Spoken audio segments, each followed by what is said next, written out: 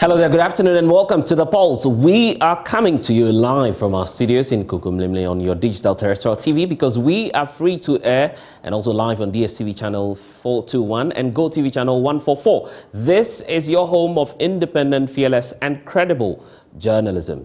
This afternoon, brace up for more. The warning from the Institute of Energy Security, IES, as it projects a grim outlook for Ghana's petroleum sector in 2022. We have details as importers hint of increment in prices of general goods due to the poor performance of the Ghana cedi against the dollar.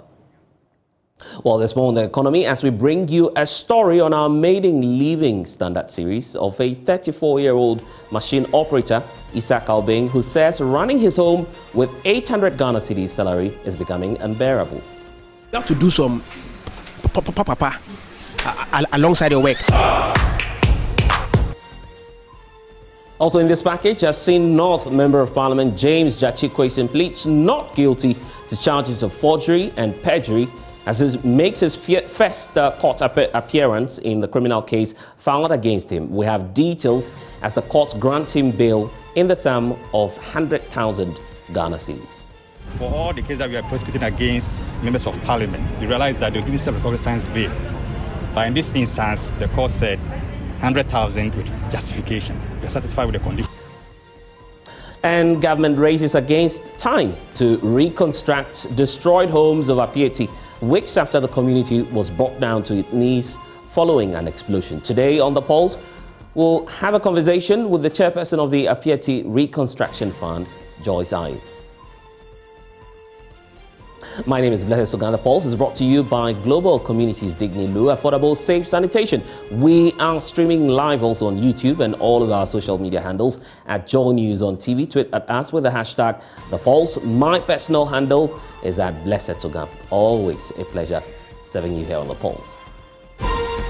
Well, this afternoon, you'd have to brace up for more. That's the warning from the Institute for Energy Security, IES, which is projecting a grim outlook for Ghana's petroleum sector. The institute says for the rest of February 2022, there could be another jump in prices of petroleum products, which will bite consumers further. IES explains that the depreciation of the Ghanaian cedi against the US dollar adds on top of the factors expected to push the prices of liquid and gaseous fuels in the country. Meanwhile, pressure is mounting on government to cushion consumers with the windfall generated from the sale of crude in the international market. The 2022 budget pegged a barrel of crude oil at $62.5, but the commodity is currently trading at $95 a barrel. Well, we need to obviously try as much as possible to break down the figures for you. My colleague Isaac Kofi Ajay will be joining us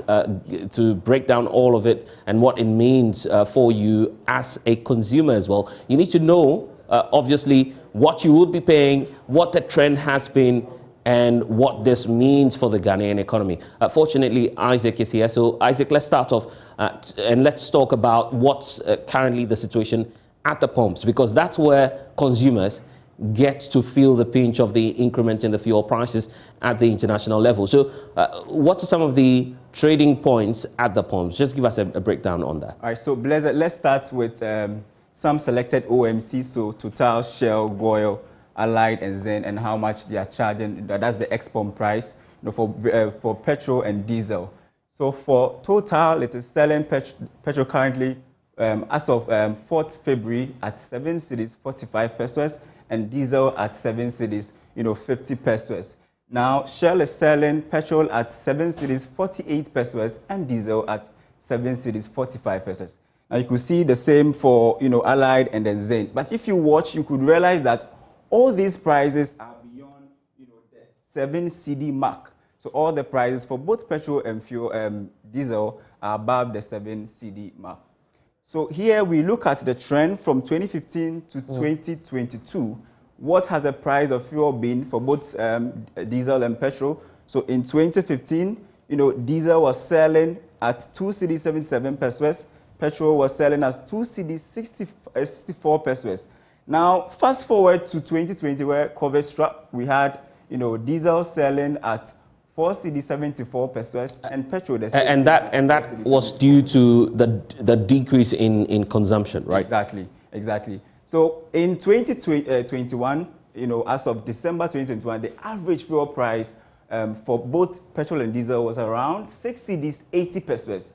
Now in 2022, this year, as of February 4th, petrol is selling at 7 cedis 26 pesos on the average, and the same for diesel. So if you calculate the percentage change from 2015 to 2022 February, it means that price of fuel has gone up by more than 160% within this period under review. And from 2019 to 2020, it has gone up also more than 30% within the period under review. So it appears that systematically there seems to be some rise in how much we're getting to pay for fuel prices. But I'm sure that there are a number of components that are contributing to what it is that we're experiencing now. Absolutely. Let's look at the components.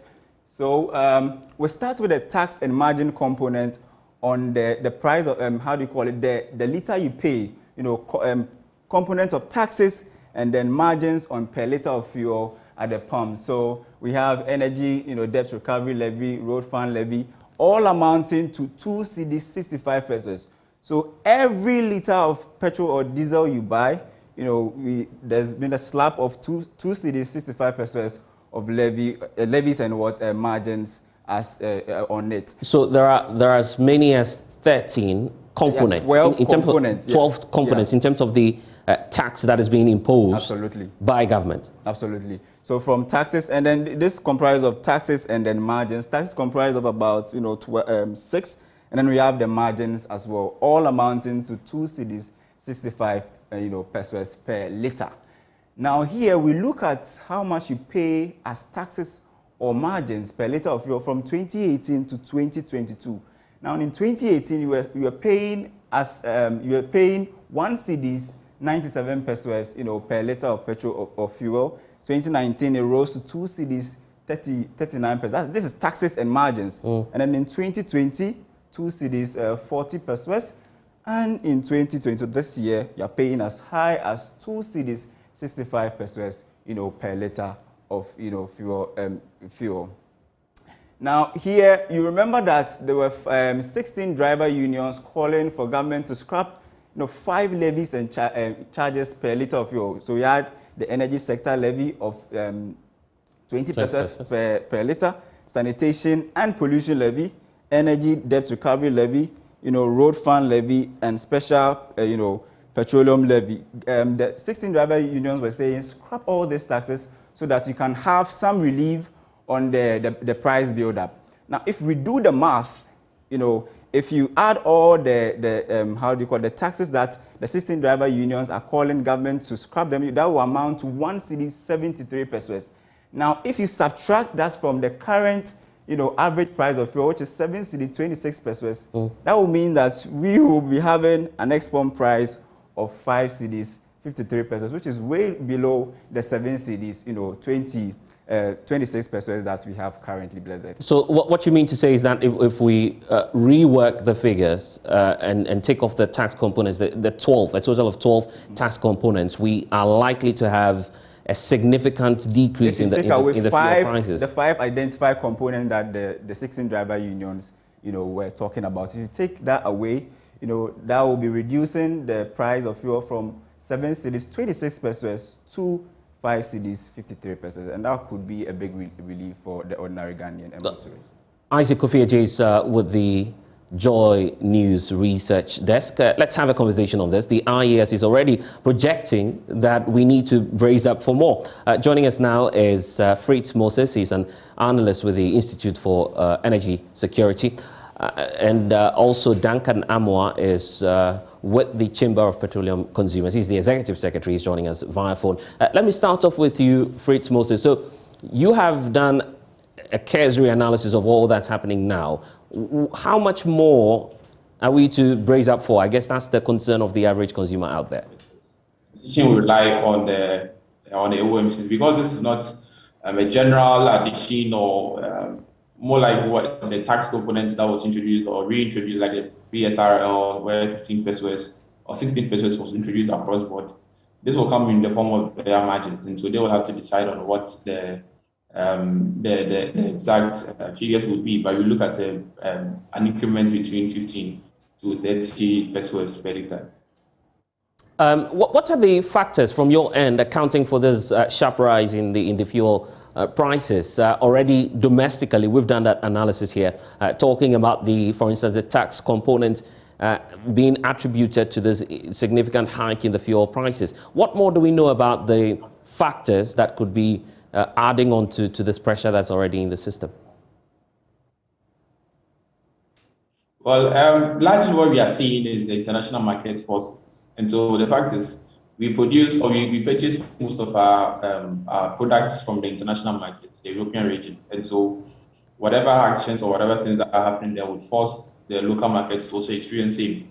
And we'll be seeing a considerable rise in prices on the international market. And that's also negatively affecting us here, where we are seeing prices rise at the pump. Now, in the just ended price window, that's the first price window of February, we saw for the international benchmark Brent crude price increase by some 4.47%. That was from around $87.16 on average terms in the previous window to around $91 per barrel on average terms also in the just ended window. We also look at the finished product, petrol and diesel, that's gasoline and gas oil, and we see prices also increase. For gasoline, prices increased by some 7.17%,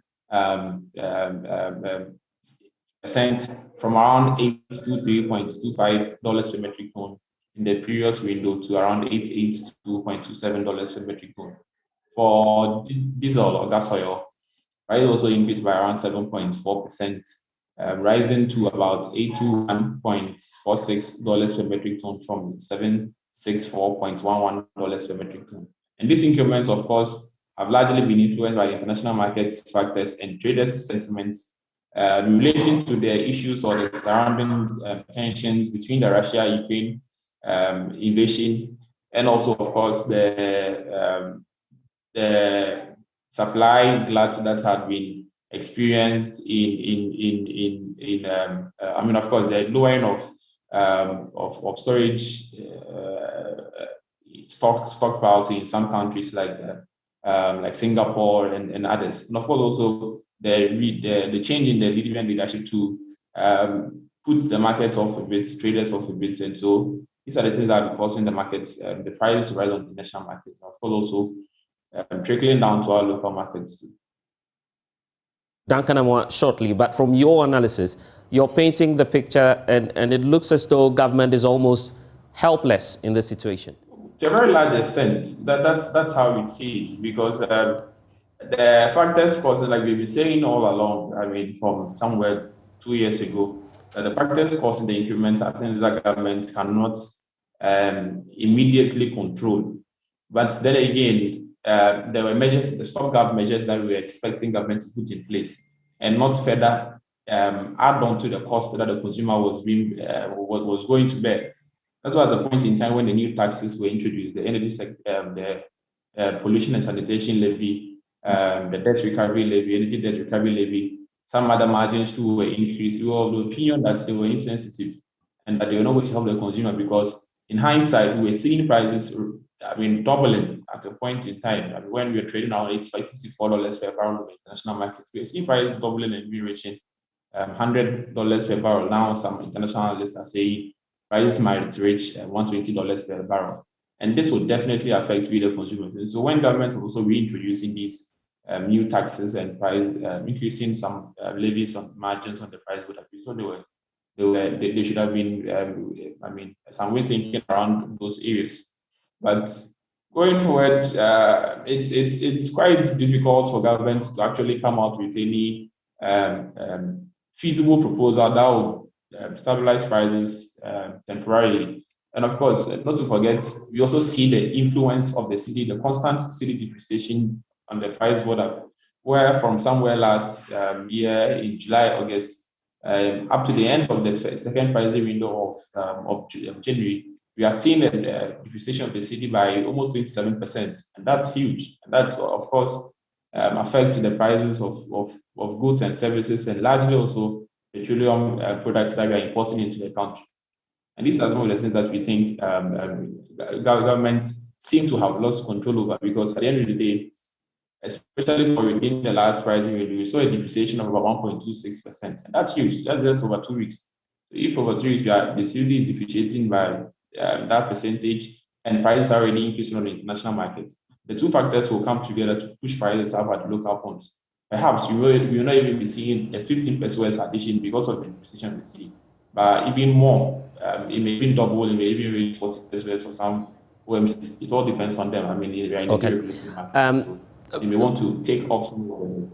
Fritz, there's one more issue I'll take you on, but first let me hear from Duncan Amwa. You are concerned at this point that government would have to come through and cushion consumers. Obviously, there's a trickle-down effect, particularly in the transport sector. What's the proposal from the Chamber of Petroleum Consumers in terms of dealing with this imminent crisis? Good afternoon to you and to your viewers. The truth of the matter is government is unlikely to suspend any of the taxes on the price build-up, as we have had this discussion over a year to date. We've on different occasions sent memos, sent even mathematical computation to explain what removing some of the taxes would have meant. We don't think that government, from what we see, what we know, will be in a position to reduce the taxes. However, there's another way out. Government would not need to review or reduce taxes, would only need to manage fuel prices at this point for Ghanaians. And managing fuel prices for Ghanaians at this point would mean that government should not go to sleep and expect that the windfall that they are getting as a result of international market price increases should be money that the government itself should keep. We say this on the back of the fact that just a year ago, in 2021, per our computation, government would have made at least 2.5 billion Ghana cedis in windfall income revenues as a result of what the budget, expected and what the reality on the international market eventually was. Government did gain additional windfall revenues of 2.5 billion. What was the cost, however, to government for fuel prices going up? We are getting something in the region of 30 billion to government alone due to increases in cost of government contracts, cost of running the Office of Government machinery, whose budget has had to increase simply because, not because they've increased salaries for the operators, but the cost of running around generally has become unbearable. And so we have proposed and are still suggesting to the Finance Ministry to make a conscious effort at using the windfall income. If you did budget for $62.5 in the 2022 budget, it means that per our projection, if we get crude at $62.5 to finance our budget, any extra is a windfall money that would need to be managed outside the budgetary allocation. And so we say, apply part of the almost $30 now per barrel windfall to the BDCs who import the product. Most of these increases we are seeing currently is because world market prices have gone up, and that means BDC pricing would also go up. If government sat with the BDCs and agreed that, look, per this window, how much is the variance between what we're paying the last window and what you are going to sell your product for now, you would probably realize, okay, $8 million or $10 million would suffice. If government could fall within the windfall revenues that we are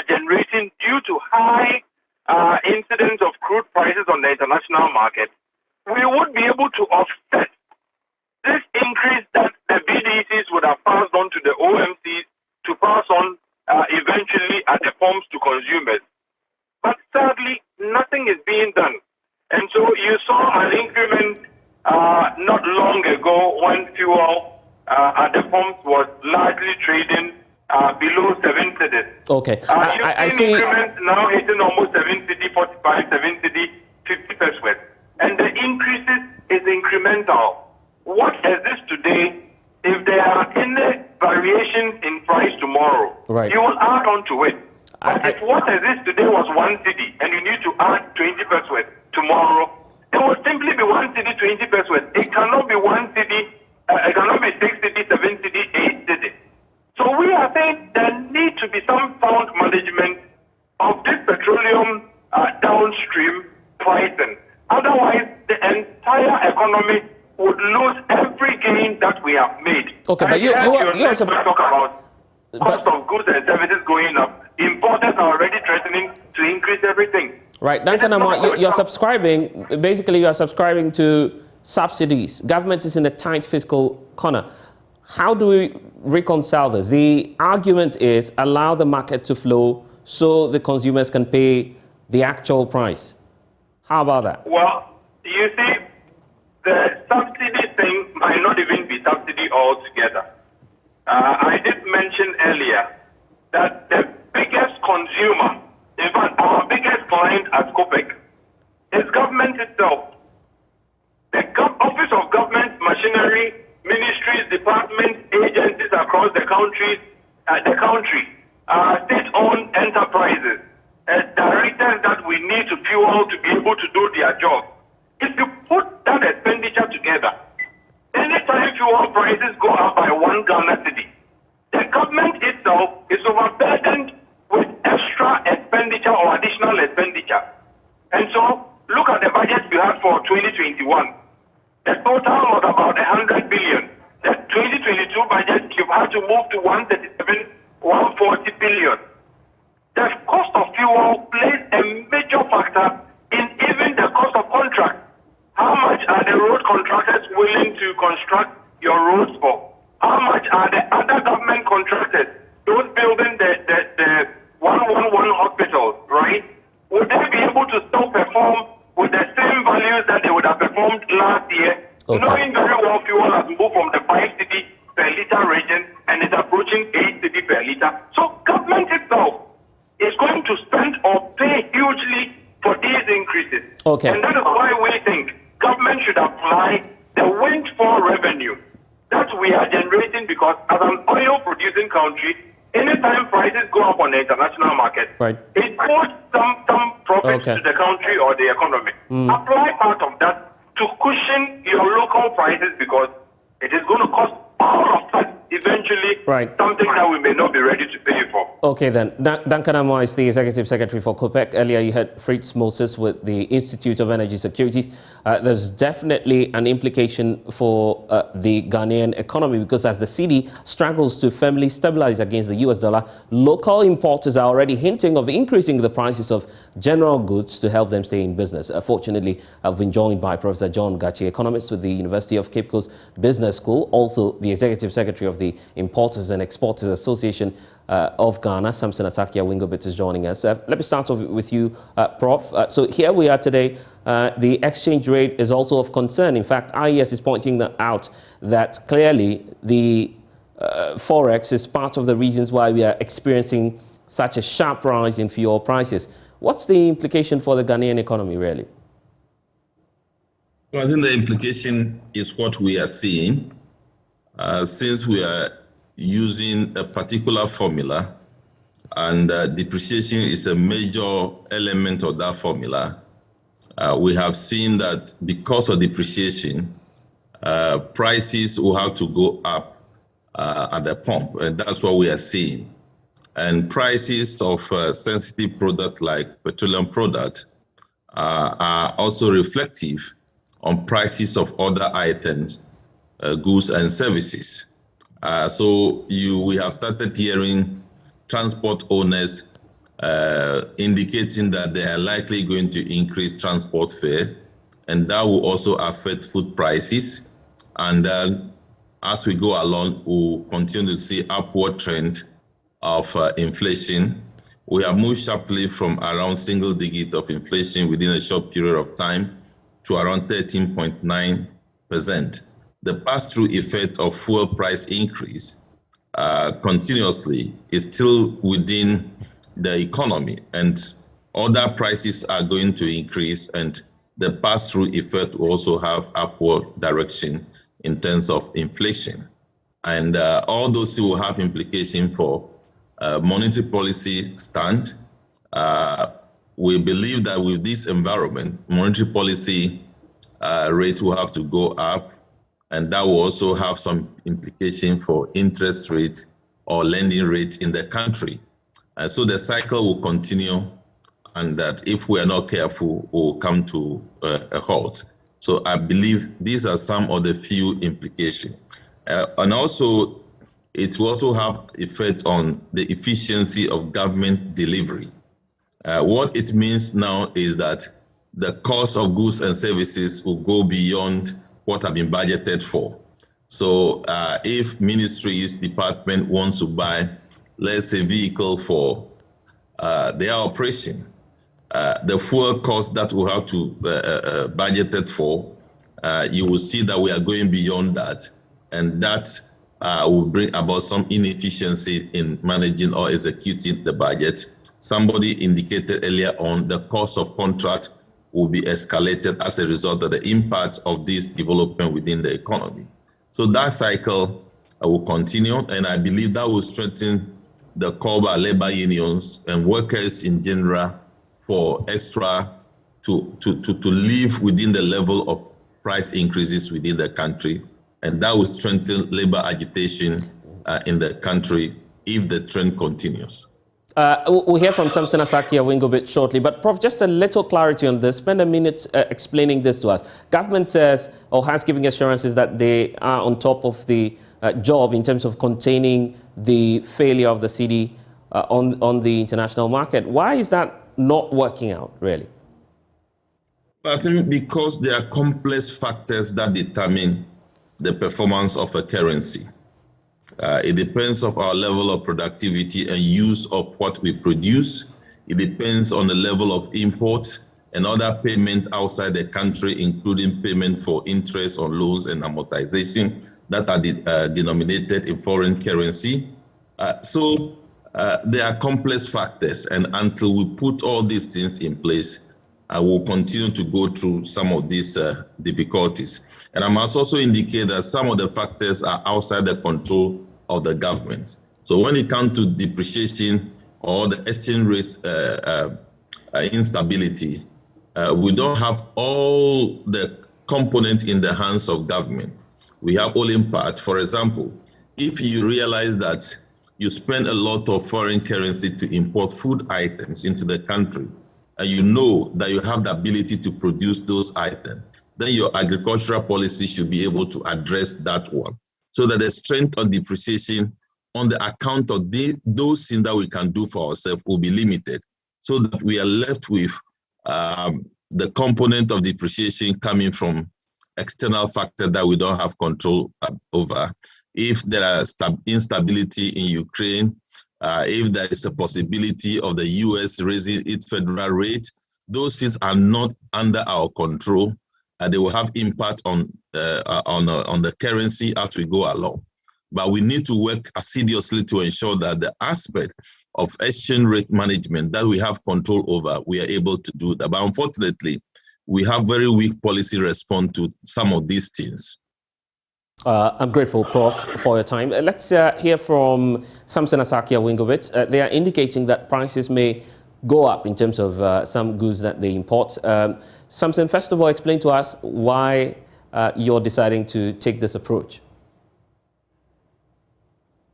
I hope my line is clear and you can hear me. Can you hear me? Yes, loud and clear. Good, good. So taking up from where Professor John Gattis left, quite clearly, it made you to understand that so far as the cedi continues to depreciate, it is not only the importers who are going in for the cedi, I mean for the dollar. We must set this this record straightforward. We have commercial banks that are not owned by Ghanaians, that are owned by foreign companies, and per our GIPC law, they have the absolute right to repatriate the profit that they have made, declared after tax to their shareholders. We have telecommunication companies, giant telecommunication companies that are even not yet provided only telecommunication, but as well as mobile money and staff, who are also declaring profit. After profit, they have their shareholders that they have to go and convert it into dollars and then repatriate them. Then you have our mining company, you have the prison companies. So it is not only, it doesn't look like only it's the importers who are always going in for the dollar, but all these areas, all these groups that I've made mention are also having a direct impact in the depreciation of our city.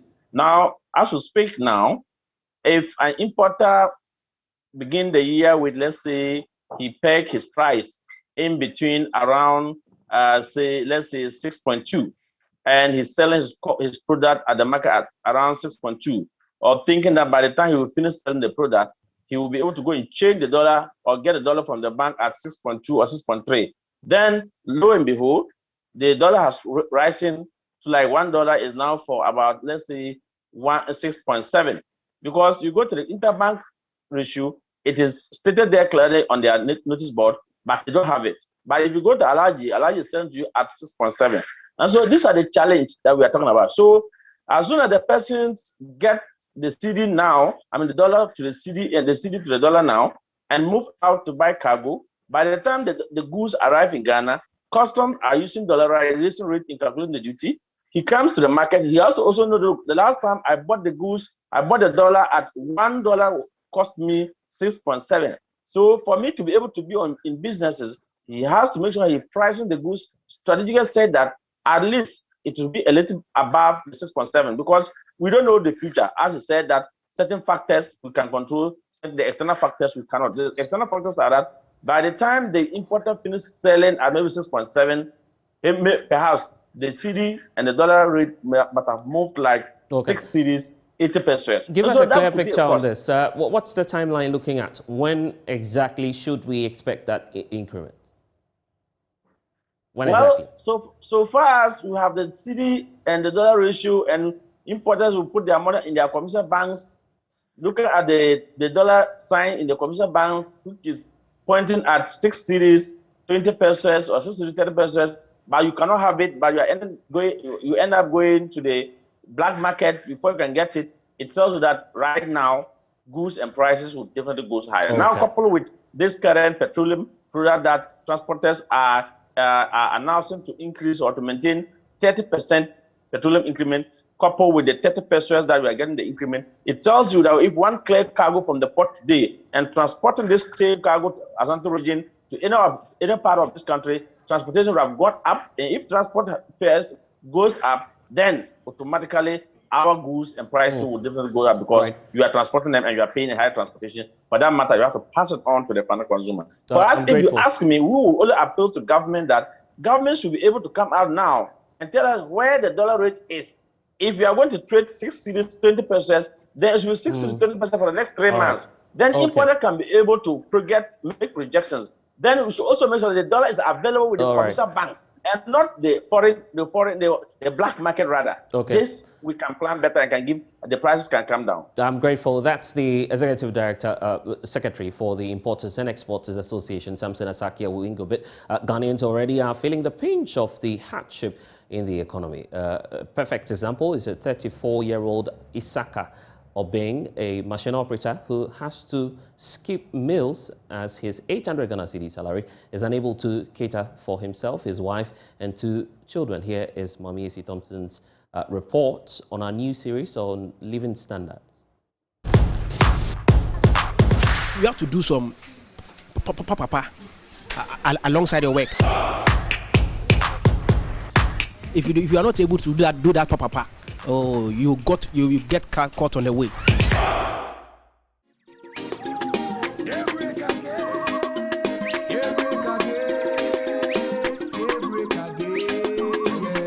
As a matter of fact, I don't pay rent because I live in my own house.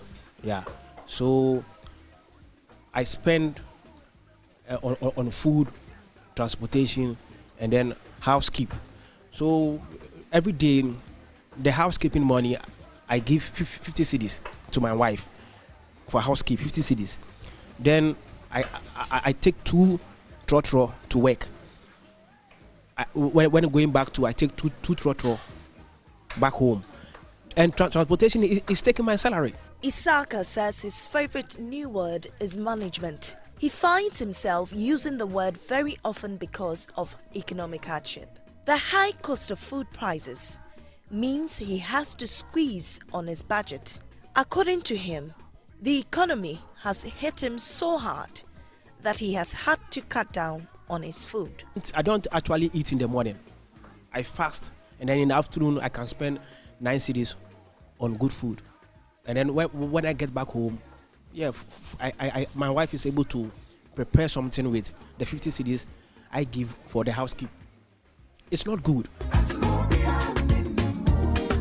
Food vendors bear the brunt of angry customers who accuse them of inflating the cost of food. But they explain that the steep rise in food prices is as a result of expensive groceries.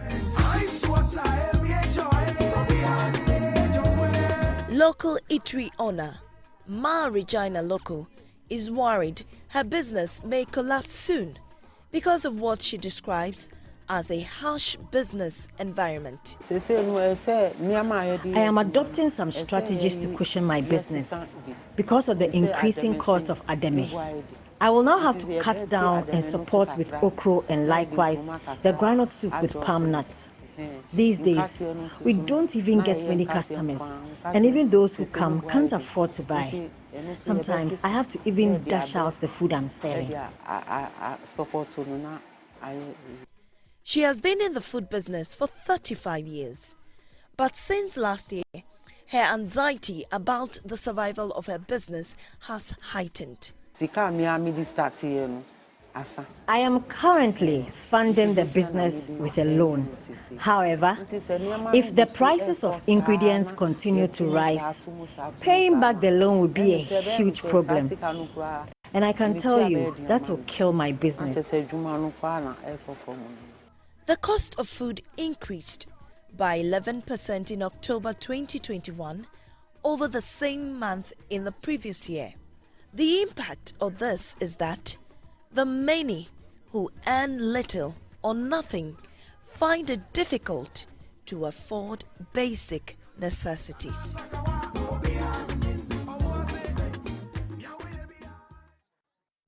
Well, so that's Appiatse Thompson's report there, but we need to talk about some more issues because government is racing against time to reconstruct dozens of homes destroyed in Appiatse weeks after the explosion there. Fortunately, we have the chairperson of the Support Fund Committee, Madam Joyce Rosalind Aye, who is joining us this afternoon. It's such a pleasure to be seeing you in studio. In spite of your busy schedule, you're making time to talk to the nation on this. But we know that it's been more than 3 weeks after your committee was outdoored by the sector minister.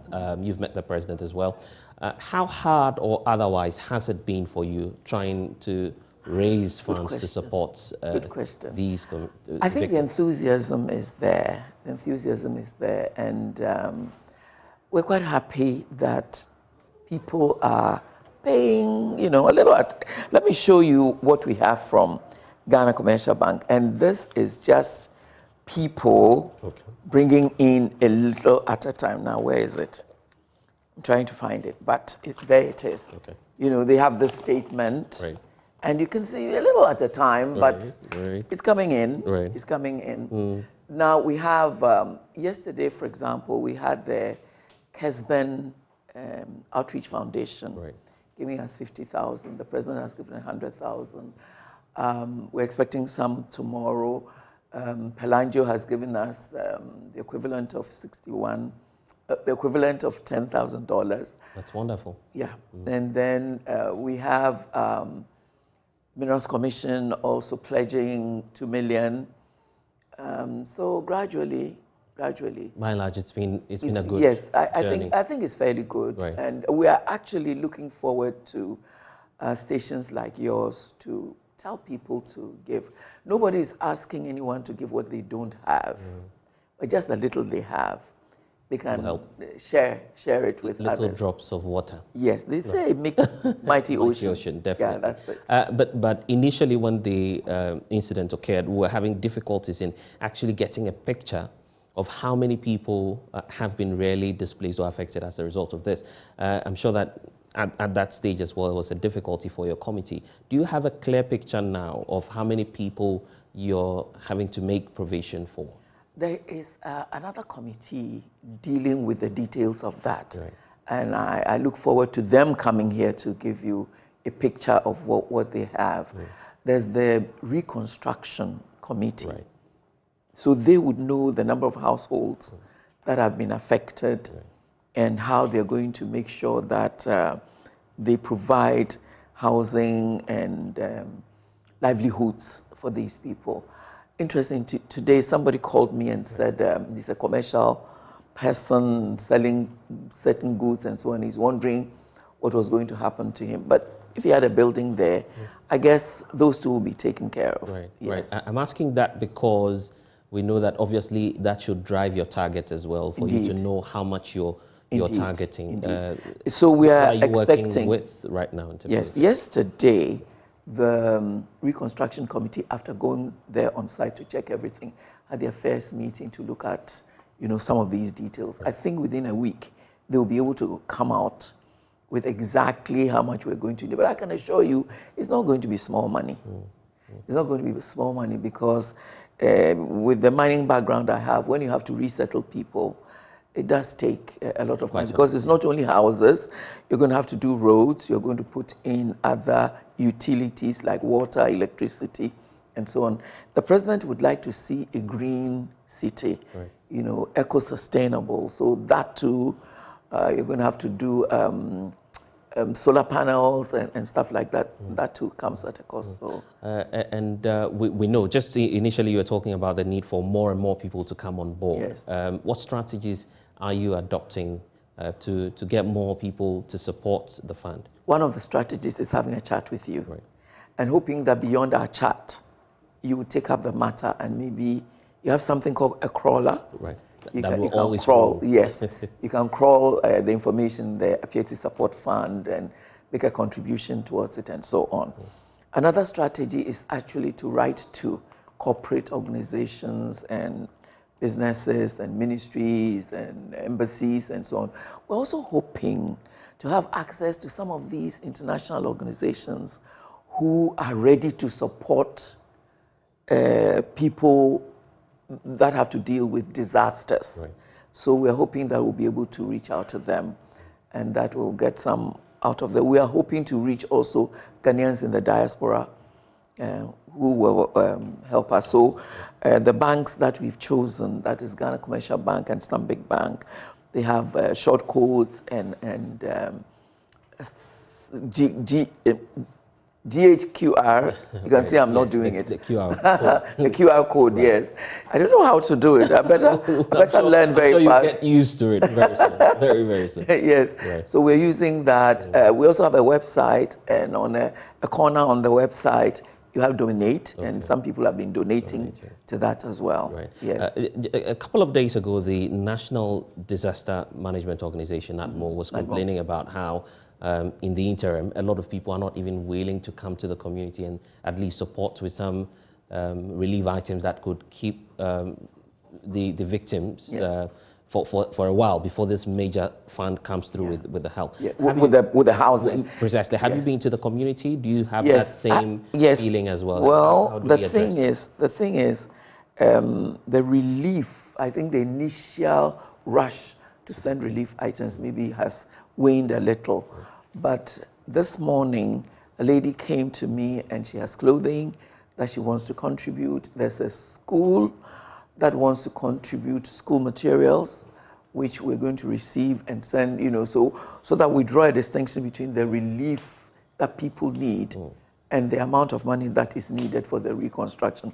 We don't want to mix that up, because if we do, we probably would never be able to reconstruct. Right. But I think we'll talk also about the relief. People should continue. The MC was saying that they have enough food items, but it's not just food that they require. So we'll have a chat with him, and then as part of our fundraise, we'll have to determine where the relief should go, because we don't want to add it to the funds we are raising, so we don't get mixed up. So we'll do that. Well, we don't have all of the time, but as part of the mandates, as read by the sector minister, you are entreated to also be transparent with the funds that you raise. Yes.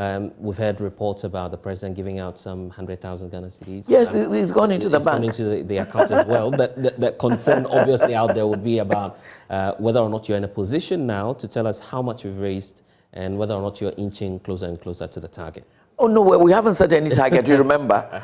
Right. We haven't set any target yet because we're waiting for the reconstruction team to give us what they have. Oh, I forgot to say that today we collected 50,000 CDs from the Chinese embassy. Right. They called us to come and collect it.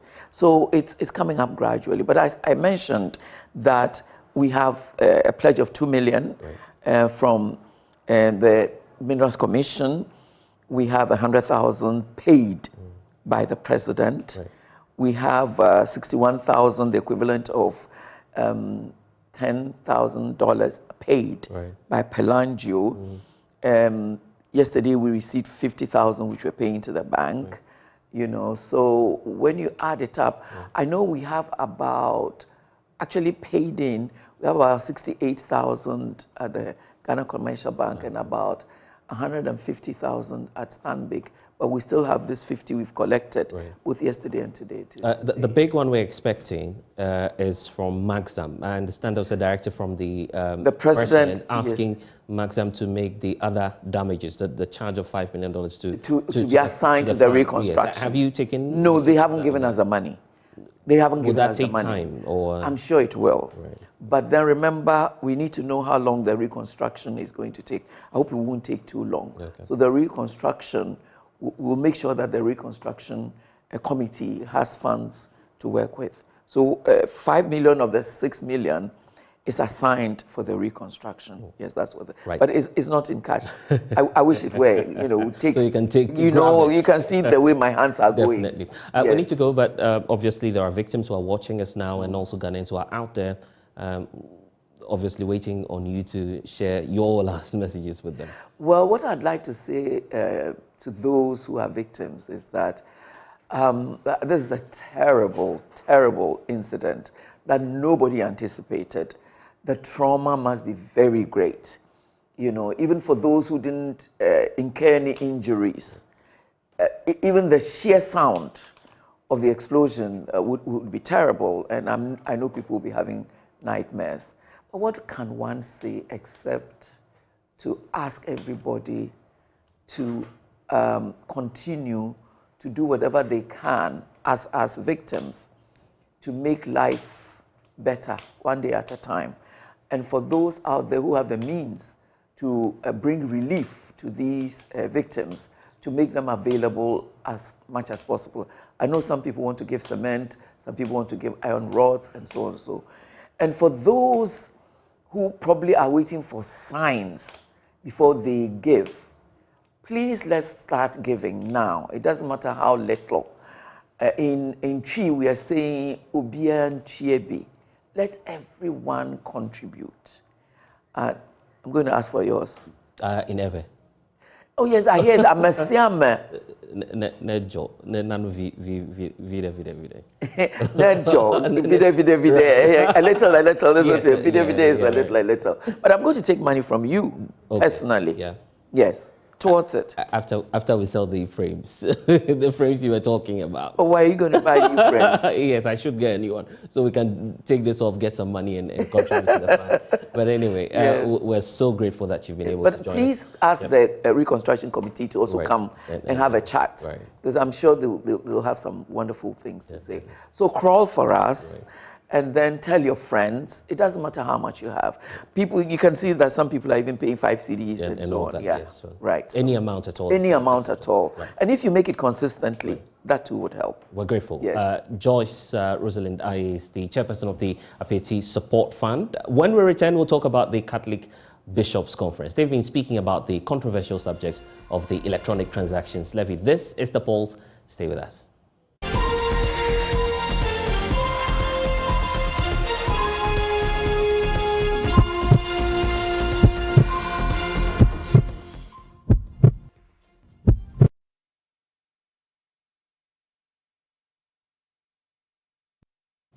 Anyway, welcome back to The Pulse. Now, the Catholic Bishops' Conference has thrown its weight behind the controversial e-levy, but it's asking the Ministry of Finance to revise the charge rate of the proposed bill. Now, government is expected to relay the controversial bill in Parliament this week at a rate of 1.5% from the initial 1.75%. However, in a bid to avert the recurrence of fisticuffs over the issue in Parliament, leadership of the clergy yesterday commenced engagements with former President John Dramani Mahama as part of a broader talks with stakeholders to resolve the stalemate on the proposed levy. For the Catholic Bishops' Conference, a 1.75% rate is on the high side, hence the need to review it to 1% for the policy to be considered. Fortunately, Most Reverend Philip Name has agreed to join us. We'll have him explain the position of the Catholic Bishops' Conference for us. But let's take you first to Parliament. Kwesi Parker-Wilson, my colleague, is there on the ground monitoring the latest for us. So, Parker, first of all, give us some updates on this. We're hearing that it's now becoming official that government may revise the policy from 1.75% to 1.5%. How true is that, and what more do we know? Blessed, let me say that this is official. I mean, last week, Friday, the Deputy Majority Leader, Alexander Afenyo-Markin, communicated to the House that government has revised the rate from 1.75% to 1.5%. And so, as of last week, Friday, every member of parliament, including the minority, and Ahmed Ibrahim is here, the deputy minority chief. Well, he has taken his leave. So every member of parliament knew that the rate was 1.5%.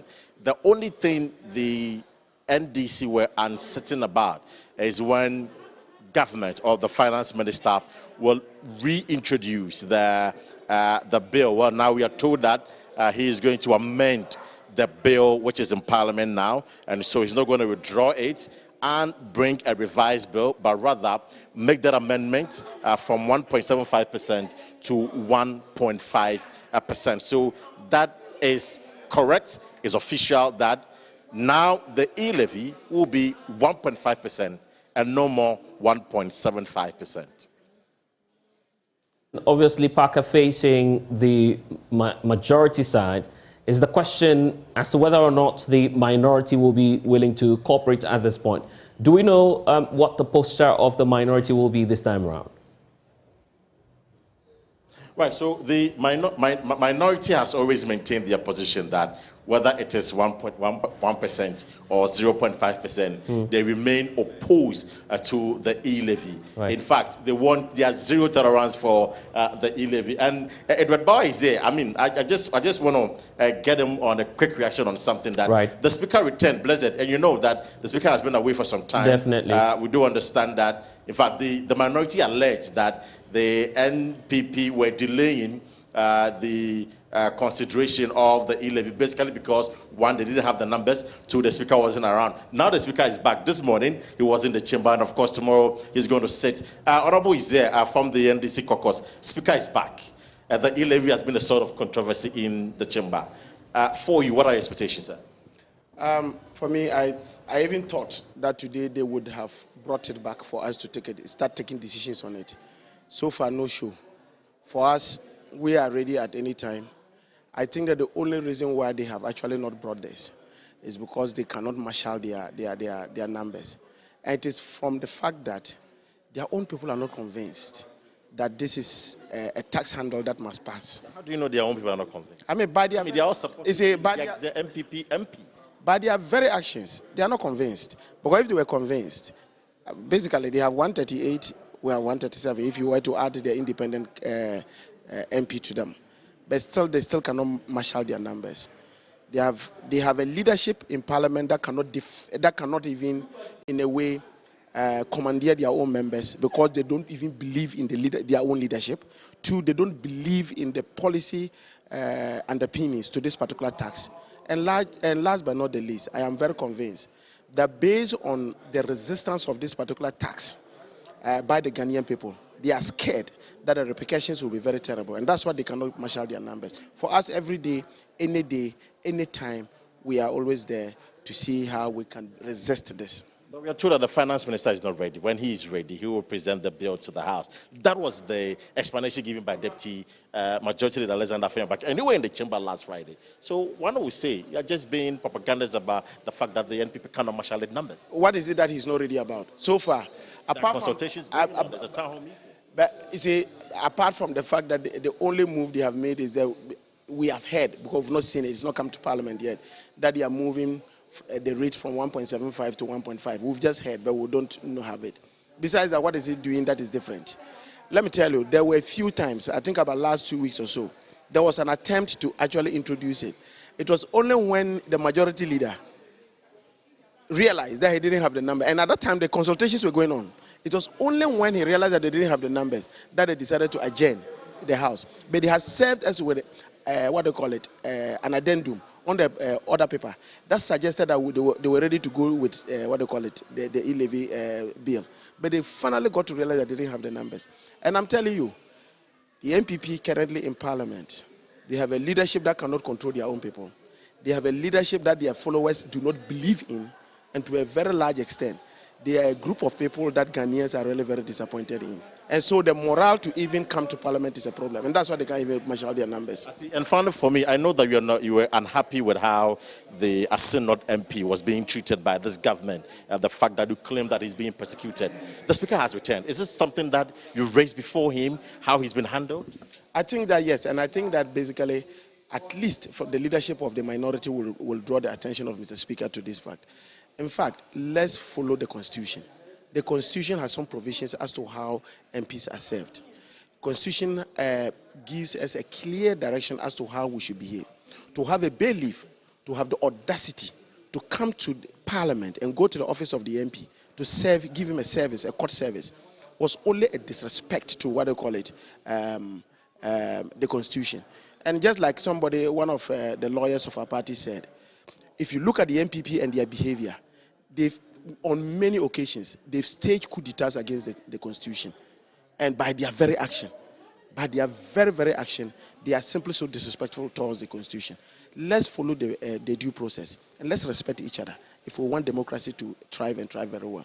So when you have people now airing their views, and then you have Ghanaians also to a very large extent being held left and right, arrested in Rambo styles because of how they express their views, I think that this country is really moving in a very wrong direction, and we must be very careful. As people who are operators of the democratic system, we must be worried that at least we have a group of leadership who simply have thrown the principles of democracy and the guidelines underpinning the Constitution to the dogs. And finally, the Speaker went away for, I think, 2 weeks. We were told initially that he was going for like 1 month. What has changed? Why is he back so soon? Because that is what we're told, that he was going away for 1 month, and he returned yesterday only for him to be in the chamber this morning. I'm not too sure exactly what the period under which he was supposed to be there, but I knew that he was supposed to go and come, because I remember that the State of the Nation address is also supposed to be presented by the President.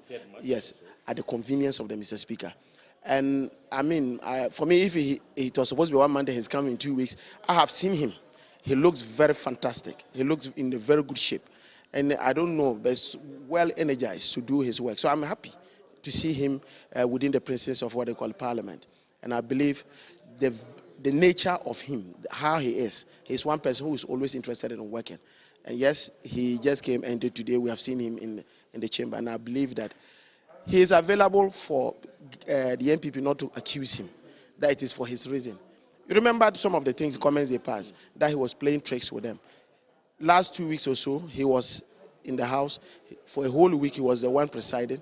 and the bill was never brought. He went the whole week. When he was not there, a bill was not there. He's come back again today. We thought that they were going to present the bill today. They have not. My brother, Charlie Kruma. Edward Bauer is the Bongo MP. Thank you very much, Edward Bauer. So the minority is still clear. Position on the e-levy is a no. They will vote against it. But of course, they are expecting that since the Speaker has written, the government or the majority side should reintroduce the e-levy for them to debate and subsequently take a vote on the matter. And Parker, it's just not about the Speaker. There are concerns about Sarah Safo herself, who many in the governing New Patriotic Party believe is part of the woes of the governing side. Do we have any information on her return or otherwise? Well, I've been engaging some of the majority caucus, members of the majority caucus. They are telling me that, well, they've picked information that there's a possibility for Sarah Safo to return. But I must say that I had a conversation with the leadership, the majority leadership, and they are clear that with or without the Member of Parliament for Domikwabenya, Sarah Safo, the e-levy will be approved. And so they are not banking their hopes on her. They know that when the finance minister is ready, the levy will be tabled before the House. And if that is done, they will debate it and take a vote on that. Whether Adwoa Safo is in the chamber or not, that decision will be taken. And they are so much confident that with or without her presence, the e-levy will be approved because they say that they believe that some members of the NDC have the buy-ins of the government, and so they will support the idea of approving the e-levy. So they are confident that whether Madam Adwoa Safo is around or she's not around, even though they've had information that she is returning, they will approve the e-levy when they are supposed to. If she's not there, they'll still go ahead with the e-levy. Parker, just spend a minute more to explain this to us. The NPP side of the House has 137 plus an independent candidate making them 138. How will that be possible, knowing the fact that the leadership of the minority has declared en masse that they would not support the e-levy? How's that going to happen? Yeah, Blessed, the standing orders is quite clear, very clear on how votes should be taken before in the House. And again, when a motion, there's a tie, the motion is lost. And so when it is 137, what it means is that the e-levy has been rejected by Parliament. But the NPP is confident because they say or they allege that some members of the minority appreciate this e-levy. They believe that this e-levy will go a long way to help them as well, and especially their constituent, when we talk about road infrastructure, in terms of creating jobs. And so there are people within the NDC who will be able to vote for the e-levy when it's put before the House. But I must say that the minority is not taking any chances. They are also mapping out their own strategy. Now, just this afternoon, I was told that initially they were supposed to go through the secret ballots. So when they are voting for the e-levy. But just this afternoon, I have been told, reliably informed, that will no more happen. What is going to happen is that there will be a head count. In this instance, all the members of the minority will be asked to stand. When they stand, they're going to count every individual who is saying no or voting no as far as the e-levy is concerned. So if they are counting you or you are counted and you claim that, well, you support the e-levy, you have to answer to your constituents and answer to the party. And so right now, the approach is not about secret ballots. It's not about going to the polling booth to vote in the chamber. It's about head count. And the minority leadership believe that they've been able to whip all their members in line, and all the 137 will vote against the e-levy. And so it will be very difficult for the NPP to say that they will approve the e-levy without the support of the NDC, especially when Sarah Adwoa Safo is not available. If she is available, then what it means is that the game of numbers will be at play. They will have 138 as against 137. Obviously, the e-levy would be passed. But if Adwoa Safo is not there, Blessed, it will be a Herculean task for the NPP to say that they will approve the e-levy. Well, but they have said that they will approve it. So let's see how they'll go around in approving the e-levy when it's tabled before the House. But they are saying that obviously they would want Adjosafo to return to the chamber before they can table the levy for consideration and subsequent votes on the matter. I'm grateful, Parker, for giving us the latest from Parliament. Obviously, majority would have to wait for the MP, but I'm interested in the head count. Why not? Many will be on the lookout for their MPs, but I'm grateful for giving us the latest. Still here on the polls, the rule of law must prevail. That's the declaration of the Attorney General's office shortly after Assin North MP James Jachikwesin responded to charges leveled against him. He's accused of forgery and perjury. It will be recalled that the High Court in July 2021 annulled the Assin North Parliamentary election, saying Mr. Kwesin was not eligible to contest the elections. Mr. Kwesin has since been legally fighting to set aside with the matter currently pending at the Court of Appeal. The Attorney General's office actually this year filed criminal charges against the legislator. Mr. Kwesin's leader in Parliament, Haruna Idrisu, as well, has been questioning the procedure used by the AG's office to serve the MP with court processes. It's about the law and about respect for the Constitution of Ghana, which is the grown and our highest law. You heard the justices of the Supreme Court themselves at the last hearing state emphatically and strongly that the manner of service was unconstitutional. Let me put it out quite clearly that at no point in time has it ever been the intention of the Honorable Jackie Kwesin or the minority not to be accountable to the law.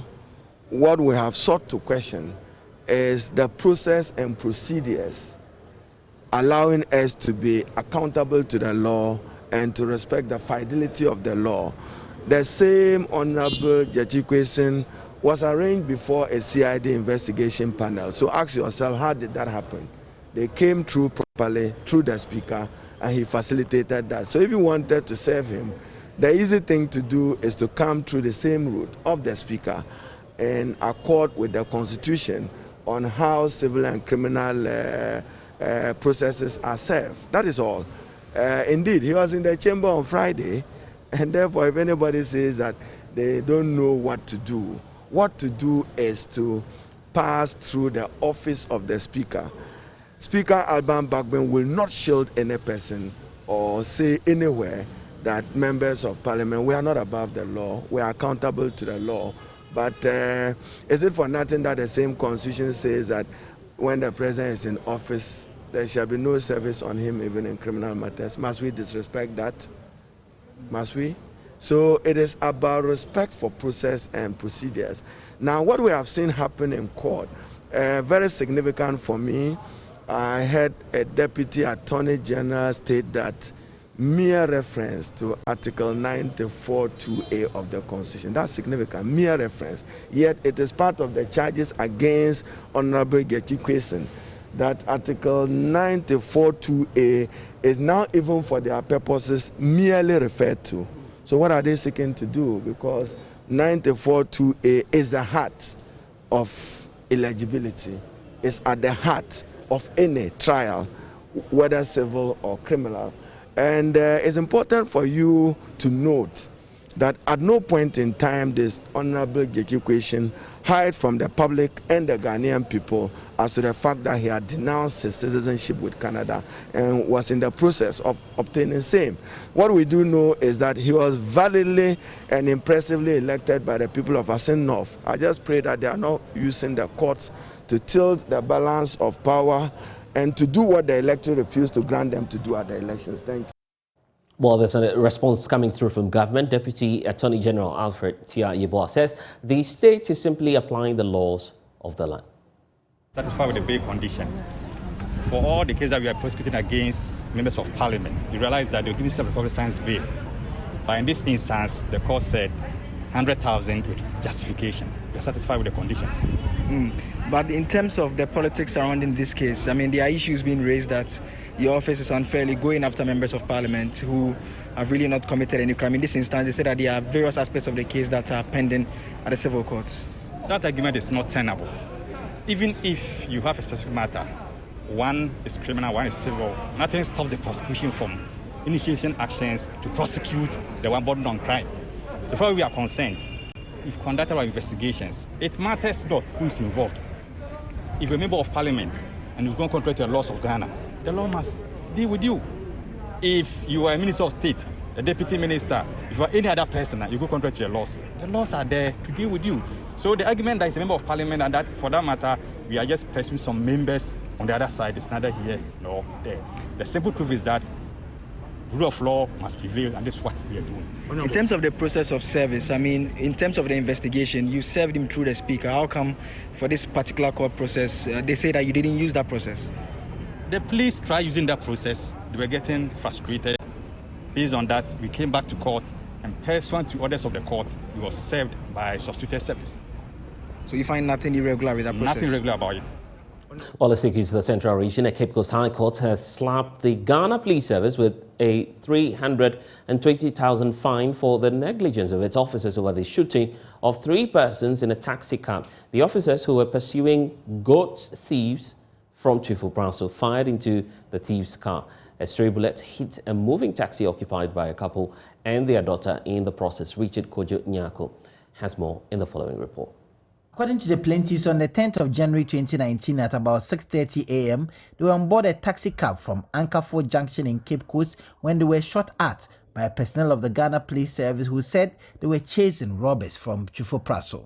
The bullets of the police strayed and hit Mary Abuaji, who later died at the hospital.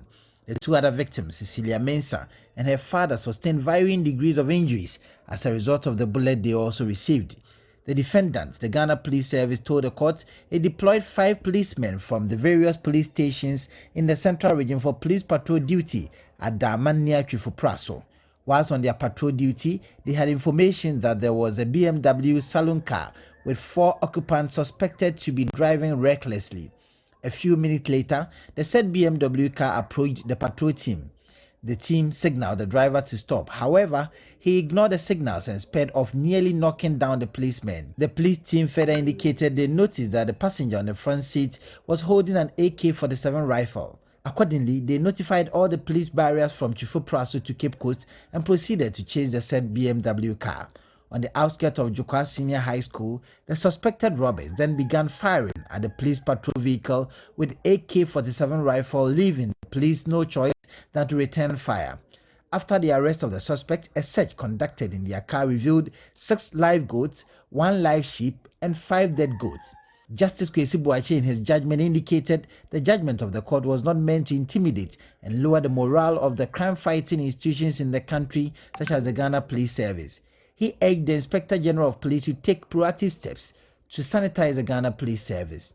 He further noted that there was a dire need to undertake complete overhaul or re-engineer the service as far as its professional training needs and competence are concerned. He consequently awarded the first plaintiff the sum of 150,000 Ghana cedis. For Cecilia Mensah, the third plaintiff, a student of Academy of Christ the King, the judge assessed compensation payable at 60,000 Ghana cedis and ordered the defendant to pay same. He also further awarded a lump sum payment of 100,000 Ghana cedis to the estate of the deceased because her family member, Josephine Oche, sued as a dependent of Mary Abuaji. The court assessed cost at 10,000 Ghana cedis in favor of the plaintiffs and against the defendants. The plaintiffs were grateful to the court that at long last, justice has been served. Oh, many people are making one. Oman and normal people who are on my dream say, I'm person on my head on baby. It was I didn't see we. It I didn't see we and ye into me many panels are my people. Into as a who say, Money panel coin or more from a witchery. Into the S. and say, oh my. Na yadaba court na court aka so mo difa sa na epeno because nipa no wan na dwen say de oye ye no wonjintum in the court aka de yada court ase wo de tie bia no so you court aka na de agitum o nia esino. Reporting for Joy News, Richard Kwejo Nyako, Cape Coast.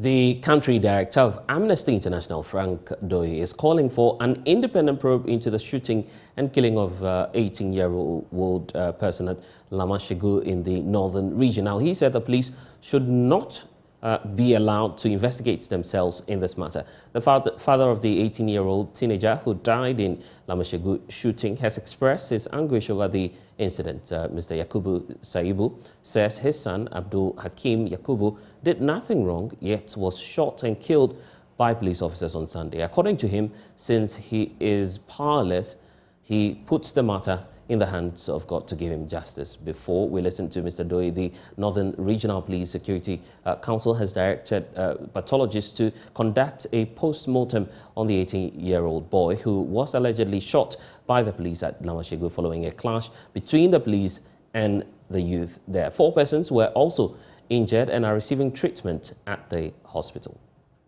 It all started with an attempt by the police to arrest a 24-year-old Rahman Jabir for driving an unlicensed vehicle. With total disregard for tradition, they invaded the Lamashegu Nas Palace, firing shots after they had shot Rahman. This angered the youth, who said it was not the first time such disrespect had been shown to a traditional authority in the area, leading to the violence. In a split second, some people were hit, including an 18-year-old junior high school graduate, Abdul Hakim Yakubu.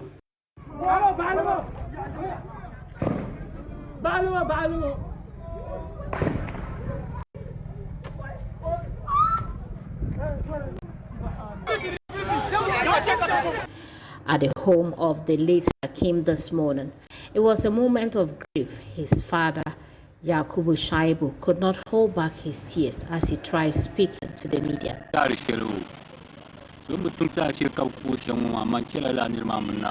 He did nothing wrong, and once he didn't do anything wrong and they killed him, I leave the matter in the hands of God. If it's power they have exhibited, for me, God is the owner of absolute power.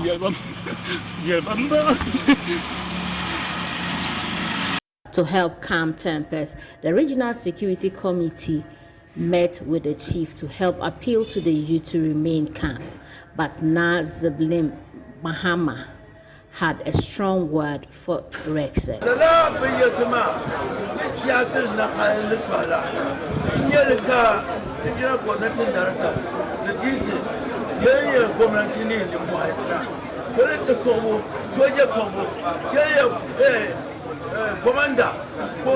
Allow the police conduct their recruitment independently, just like the military. It is the protocol, and politics is destroying the service, so let this be the last that they will kill people in the area. 1 person was killed and 6 injured. We will not forgive them for killing 1 person and injuring 6. The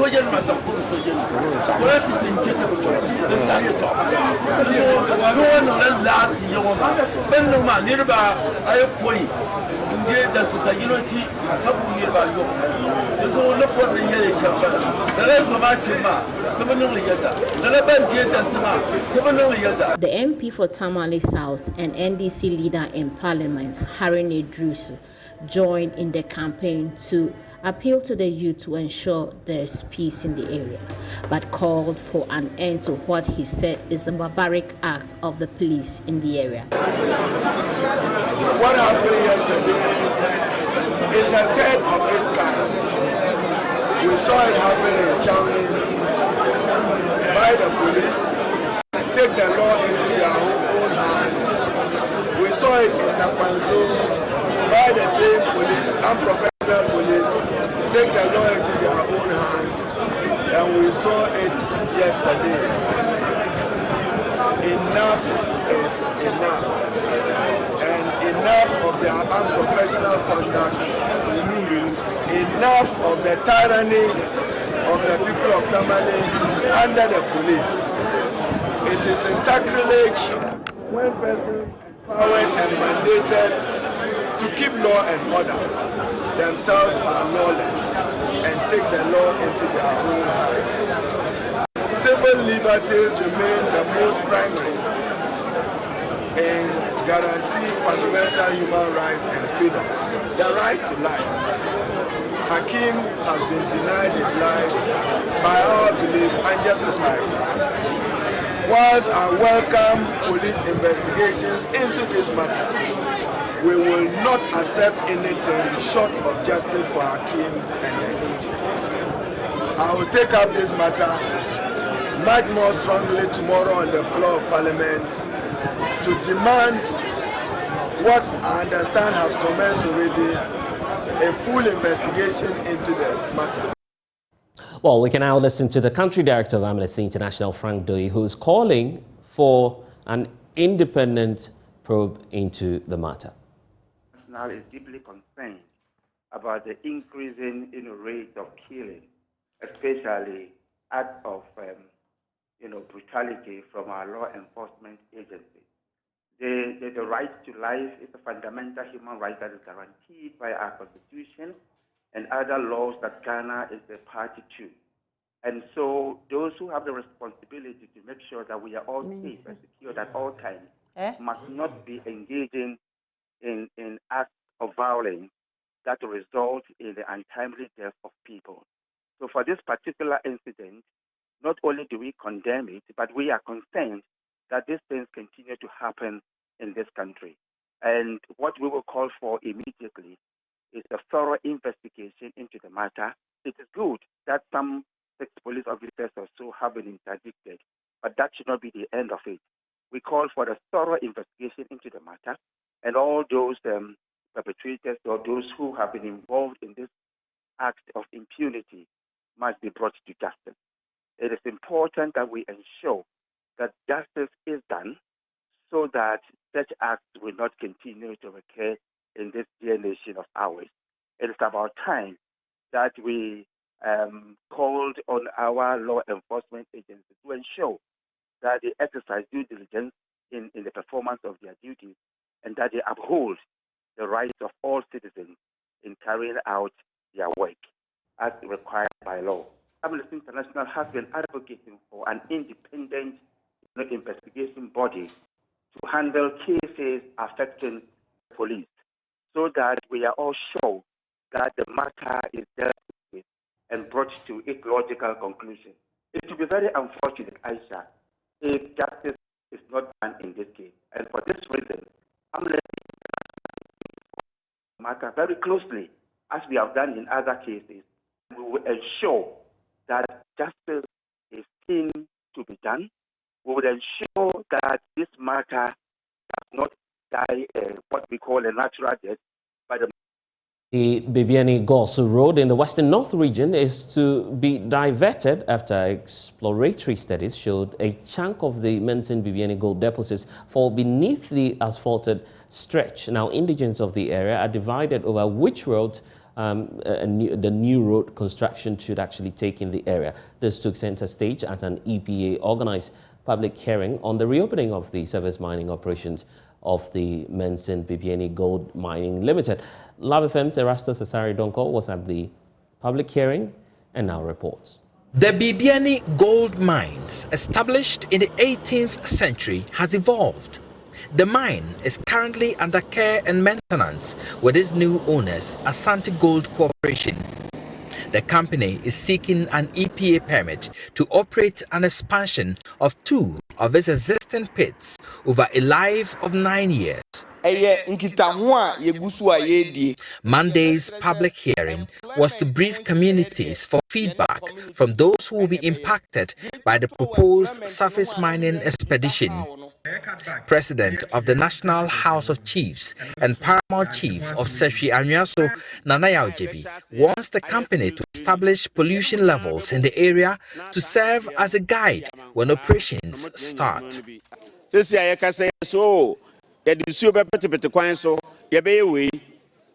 Na pollution level no nyenye bia munim me pese enumanimu ya no mutumi ede bibi na mo kire se pollution level air pollution level no enie nyarwa e won potem ano enie level se na wo na bosumi nsia bia no yasan abo akire na ehu se ekosoro anase ebefom.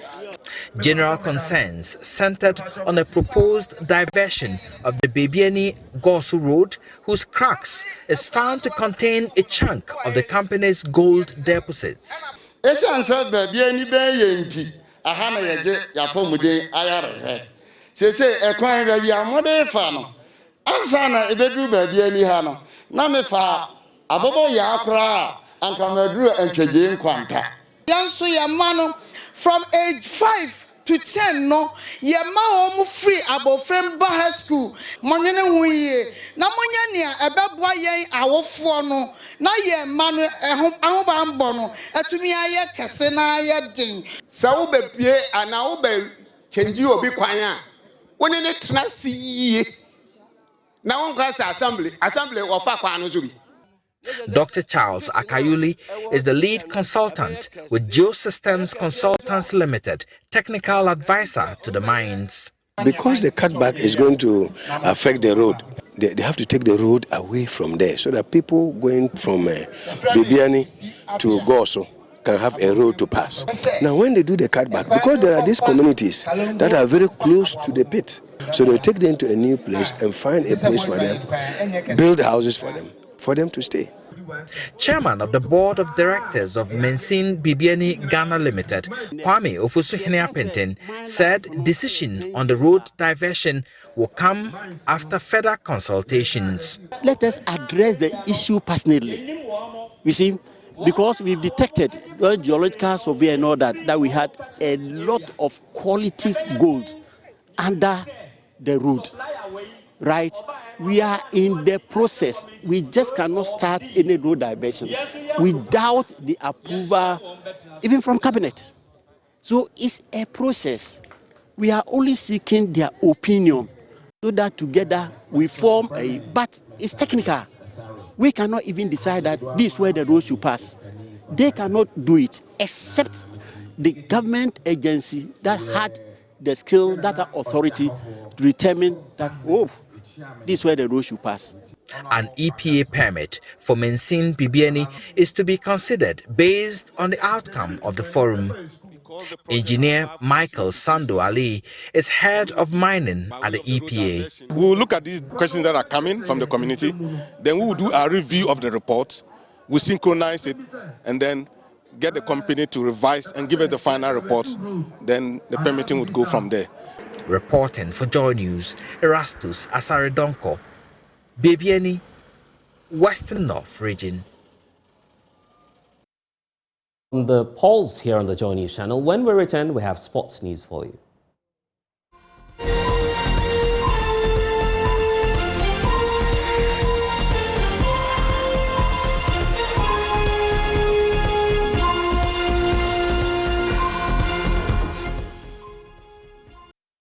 Hello, good evening and welcome to the sports segment here on the Joy News Pulse with me, Oreku Ampofo. After 2 months of no Champions League football, Europe's elite competition returns this evening, and guess what? It's really returning with a bang, with two powerhouses currently in European football clashing in the round of 16 stage. It's Paris Saint-Germain, led by Lionel Messi and Kylian Mbappe, who face Real Madrid, who are also led by an informed Karim Benzema and Vinicius Jr. We'll be running the rule on what should be an exciting fixture tonight at the Parc des Princes. But joining me in the studio is Joel Bote. And Joel, it's a big fixture to look forward to tonight. Yeah, it is. I really expect so much with this tie. I'm really excited heading into tonight's game because I believe there are three main factors that influence this game. First off, we're looking at Mbappe's contract situation, and we know that Madrid have been chasing him for almost 2 seasons now, if not more. They bid twice at the end of last summer, a 150 million and a 200 million bid. And also, we know that he's currently ending his contract by this summer. So that means that gives him the opportunity to sign with any club that starts from January.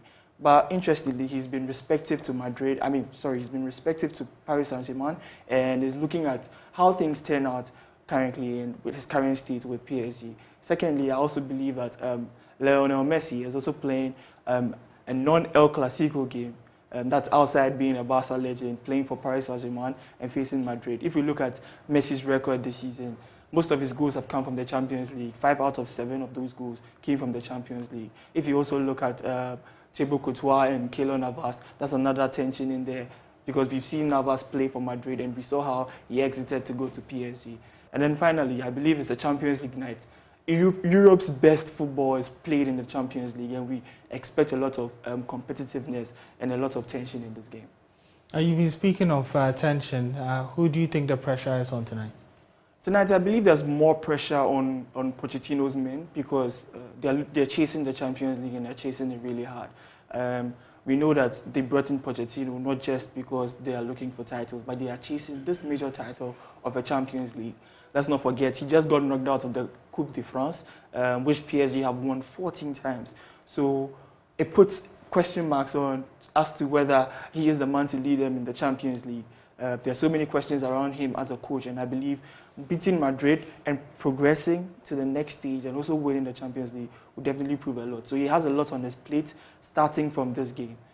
So I believe that he has a lot on his plate, yeah.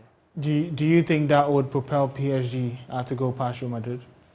Well, I don't think so. Though I believe Madrid have the men. They have the likes of Vinicius. Benzema is in there. Though he is set to be managed in terms of minutes, I believe that Vinicius has been very influential for Madrid. But then, focusing more on PSG, I don't want to say Paris Saint-Germain are not my favorites, but I believe that they've been struggling under Pochettino. So he would need more than enough motivation to get his men to qualify to the next stage. And finally, this match would be in 2 legs. For the first time in a while, we won't be seeing away goals. How do you think that affects not just this match, but the whole overlook of the knockout round? I believe with the away goals rule taken out, teams will now change how they play. They will no longer look to play more defensive at home to restrain their opponents from getting that away goal early. They will look to be more expansive and, if possible, get a guaranteed result from their first match going into second game. So the away goals rule does change a lot, because we've known that the Champions League with the away goals, it's been something that teams have been utilizing over the years. We've seen ties like Napoli, Chelsea, we've seen games like PSG, Manchester United, which have gone on to be decided by an away goal rule. So I believe that this away goal taken out will change how teams approach games, and we'll see how teams will be able to cope without it. Maybe we'll see more extra times in games this time. All right, thank you very much, Joel. And the Champions League kicks off tonight. So that's a round of 16 stage. It's not just going to be Paris Saint-Germain versus Real Madrid. There's also another match between Sporting Lisbon and Pep Guardiola's Manchester City. We'll be bringing you updates on those games when JoyNews Prime comes your way in and around 7:45 and then 8:45. My name is Oreku Ampofo. Well, and many thanks to the sports team, but that's all we have for you in this package of the polls. Don't forget to log on to myjoyonline.com for more stories, and also follow us on all of our social media handles, JoyNews on TV. My personal handle is @BlessesOgan. We'll see you again, but for now, let's talk showbiz and it's next.